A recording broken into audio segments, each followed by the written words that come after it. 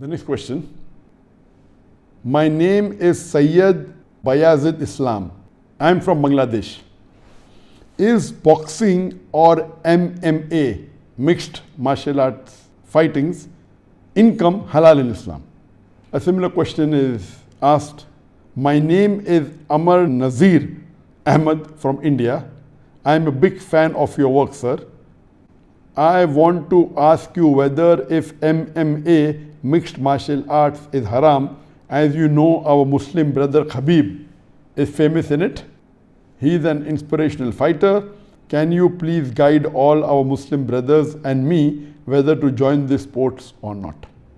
The basic question posed is that is boxing permitted? Is mixed martial arts MMA permitted? Can we take part in these sports, in this competition?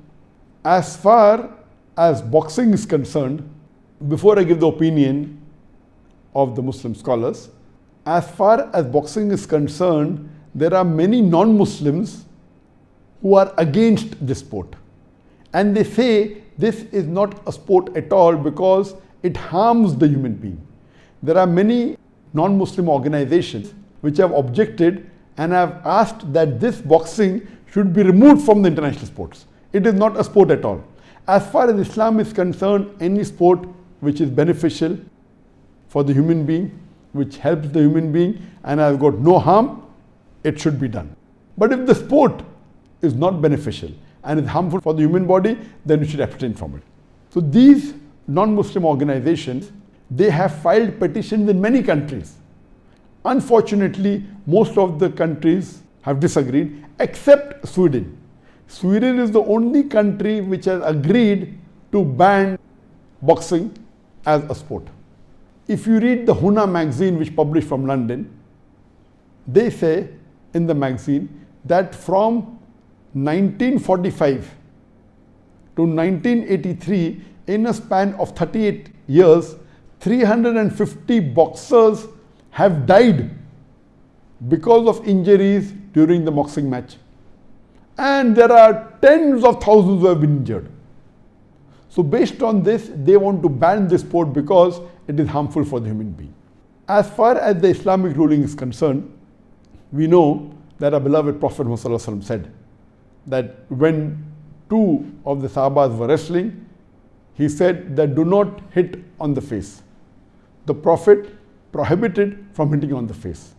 We also know that when the lady who was given the punishment of stoning to death because of adultery, the Prophet said, do not stone her face. Imagine when there is a had penalty given, when a person does adultery and this punishment given, even at that time the Prophet said that do not hit at the face. So in Islam, hitting at the face or injuring the face is not permitted. So based on this, if you compare and see in boxing you get points, especially when there's a boxing match. And you get more points if you hit at the face.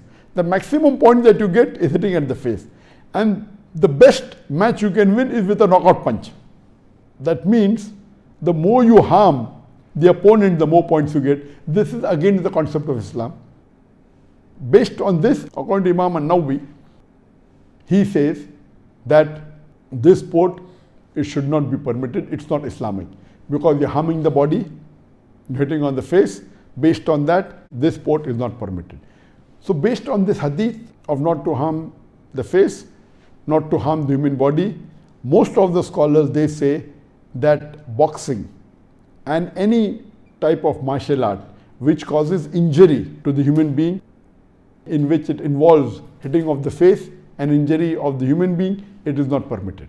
However, there are some scholars who say that if you are learning boxing or some martial arts for self-defense without involving in competition, because in competition you have to attack your opponent, you have to hit him, you have to beat him, otherwise you cannot win.